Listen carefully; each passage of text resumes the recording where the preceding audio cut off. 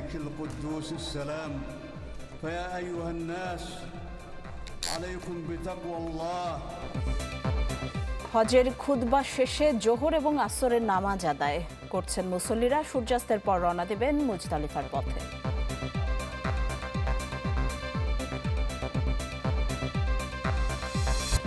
বৈরী আবহাওয়ার মাঝে কোরবানির পশুর হাটে জমে উঠেছে বেচাকেনা। চাহিদা বেশি মাঝারি গরুর।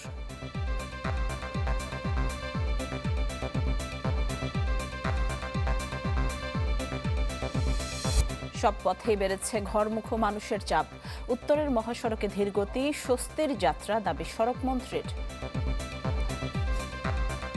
আমি ঘুরে দেখছি, সমস্ত জায়গায় গিয়ে দেখার চেষ্টা করছি, খুব বেশি অনিয়ম পরিলক্ষিত হয়নি।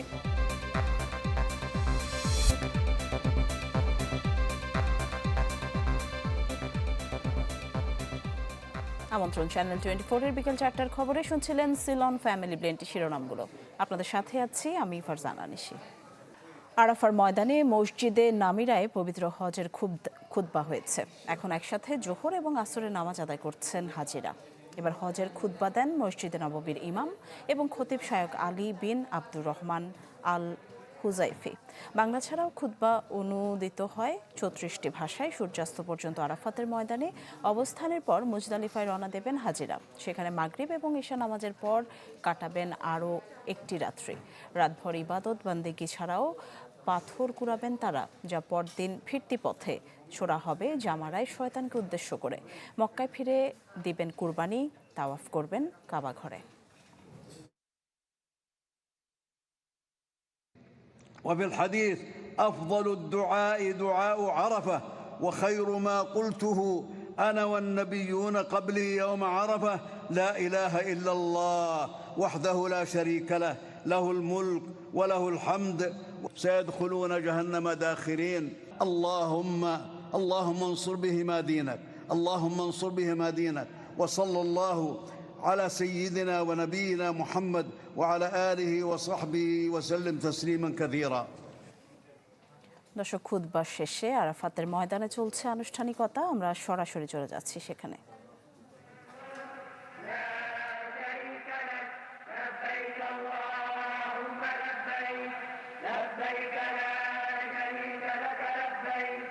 إن الحمد والنعمة لك والملك لا شريك لك لبيك اللهم لبيك لبيك لا شريك لك لبيك إن الحمد والنعمة لك والملك لا شريك لك لبيك اللهم لبيك لبيك لا شريك لك لبيك إن الحمد والنعمة لك والملك لا شريك لك لبيك اللهم لبيك لبيك لا شريك لك لبيك إن الحمد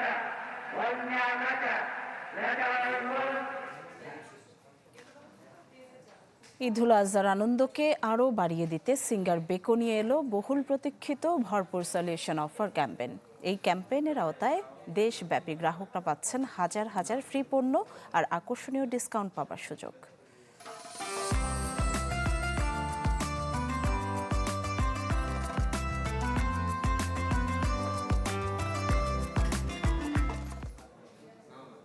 রাজধানী সহ সারা দেশে হাটগুলোতে চলছে কোরবানির পশু বেচা কেনা। তবে ক্রেতা বিক্রেতা দুর্ভোগ বাড়িয়েছে বৃষ্টি।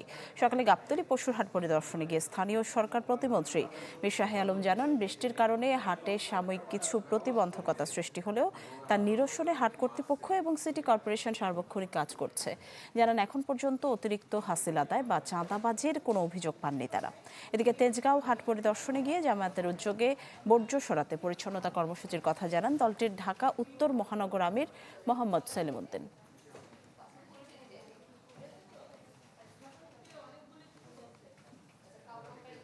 কোরবানি পশুর হাটের খবর জানাতে নোয়াখালী থেকে আমাদের সাথে যুক্ত হচ্ছেন হাসিব আল আমিন। হাসিব, জানাবেন নোয়াখালীতে কোরবানি পশুর হাট কেমন জমে উঠেছে? নিশি, বৃষ্টিতে নোয়াখালীর যে জমজমাট পশুর হাট ছিল সেটা কিছুটা বিঘ্নিত হয়েছে। এখানকার যারা ক্রেতা বিক্রেতা রয়েছেন তারা উভয়ই এই বৃষ্টির কারণে ভোগান্তিতে পড়েছেন এবং হাটে পানি জমেছে। এবং এছাড়াও যারা গরু কিনতে এসেছেন, কোরবানির পশু কিনতে এসেছেন, তারাও বলছেন যে এখানে যে বৃষ্টির কারণে যে ভোগান্তি, তার ফলে তারা ক্রয় করতে পারছেন না। দীর্ঘক্ষণ ধরে বৃষ্টি হচ্ছে। মূলত নোয়াখালীতে গতকাল রাতে বৃষ্টি হয়েছিল, আজ আবার দুপুর থেকে এখন অব্দি বৃষ্টি হচ্ছে। থেমে থেমে বৃষ্টি হওয়ার কারণে এখানে যারা ক্রেতা সাধারণ রয়েছেন তারাও ক্রয় করতে পারছেন না, যারা বিক্রেতা রয়েছেন তারাও বিক্রি করতে পারছেন না। তাতে করে তারা মনে করছেন যে এখন পর্যন্ত যে কোরবানির যে শেষ সময়, এই সময় যদি বিক্রি করতে না পারেন তাহলে তারা ভোগান্তিতে পড়বেন এবং তারা যারা অস্থায়ী ব্যবসায়ী রয়েছেন তারা হয়তো লোকসানের ভিতরে পড়তে পারেন। আমরা অবস্থান করছি নোয়াখালী বেগমগঞ্জ উপজেলার একলাশপুর গরুবাজার। এখানে আমরা দেখছি যে র্যাব সদস্যরা তারা একটা সাপোর্ট সেন্টার খুলেছেন। সেখানে তারা এই সাপোর্ট সেন্টারে কিভাবে জাল টাকা শনাক্তকরণ এবং যেই বাজার রয়েছে হাটের, সেখানে যেন সার্বিক পরিস্থিতি নিয়ন্ত্রণ করতে পারে, তারা সার্বিকভাবে সেগুলো মনিটরিং করছেন।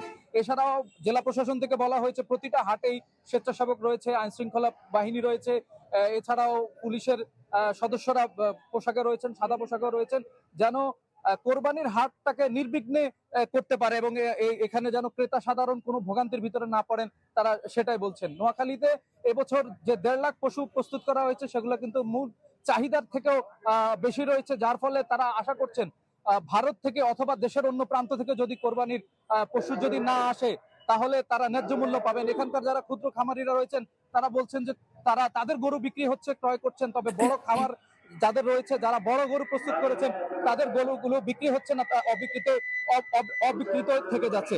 এখানকার যে হাটের যে পরিস্থিতি সেটা বলছে মূলত যদি সার্বিকভাবে বৃষ্টি কমে যায় তাহলে তারা গরু বিক্রি করতে পারবেন, ক্রেতা সাধারণ গরু ক্রয় করতে পারবেন এবং তারা লাভবান হবেন। খামারিদের মুখে হাসি ফুটবে এবং কৃষকের মুখে হাসি ফুটবে। এই ছিল নিশি আমার কাছে সর্বশেষ। হাসিব, ধন্যবাদ আপনাকে। দর্শক দেখছিলেন নোয়াখালী থেকে কোরবানির পশু বেচাকেনা খবর জানাচ্ছিলেন হাসিব আলামিন। ঈদযাত্রার খবর জানাবো। ঈদযাত্রায় সড়ক এবং রেল সহ সব পথে ভিড় বেড়েছে ঘরমুখো মানুষের। প্রিয়জনের সাথে ঈদুল আজহা উদযাপনে রাজধানী ছাড়ছেন তারা। কমলাপুর থেকে যাত্রী বোঝাই করে ছেড়ে যাচ্ছে ট্রেন, তবে সময়সূচি নিয়ে বড় কোনো অভিযোগ নেই। সড়ক পথে গাজীপুরের চন্দ্রা মোড় ঘিরে রয়েছে যানবাহনের দীর্ঘ সারি। খাড়াজুড়া থেকে কোনাবাড়ি পর্যন্ত আছে ধীরগতি। রাস্তা থেকে নেওয়া হচ্ছে যাত্রী। গাড়ির চাপ আছে ঢাকা মাওয়া এক্সপ্রেসওয়েতে। পদ্মা সেতুতে একদিনে সর্বোচ্চ 4,80,00,000-এর বেশি টাকা টোল আদায় হয়েছে। এদিকে ঢাকা টাঙ্গাইল মহাসড়কে 20 কিলোমিটার এলাকায় থেমে থেমে চলছে যানবাহন।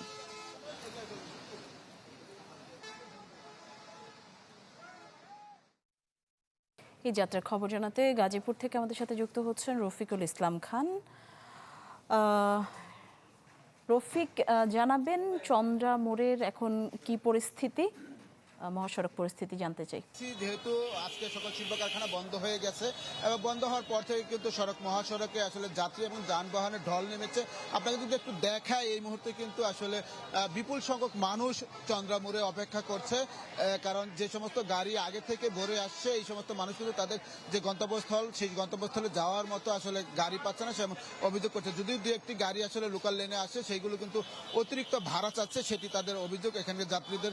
তবে বাস মালিক, যারা বাসের কন্ট্রাক্টর এবং হেল্পার রয়েছে, তারা দাবি করছেন যে নির্ধারিত যে চার্ট রয়েছে সেই চার্ট অনুযায়ী তারা ভাড়া নিচ্ছেন। তো আমরা প্রশাসনের সাথে কথা বলেছি, তারা যেটি বলছে অতিরিক্ত ভাড়া আদায়ের কোনো সুযোগ নেই। তাছাড়া আজকে যেহেতু শিল্প কারখানা বন্ধ হয়েছে, হওয়ার পরে কিন্তু ঢাকা টাঙ্গাইল এবং ঢাকা ময়মনসিংহ মহাসড়কে দীর্ঘ লম্বা আসলে গাড়ির লাইন রয়েছে। এই মুহূর্তে ঢাকা টাঙ্গাইল মহাসড়কের চন্দ্রা মোড়কে কেন্দ্র করে প্রায় 20 কিলোমিটার গাড়ির লম্বা সারি রয়েছে। এছাড়া ঢাকা ময়মনসিংহ মহাসড়কেও কিন্তু 10 কিলোমিটার জুড়ে লম্বা লাইন হয়ে গেছে এবং এই গাড়িগুলো পারাপারের জন্য হাইওয়ে পুলিশ, জেলা পুলিশ এবং মেট্রোপলিটন পুলিশ কাজ করে যাচ্ছে।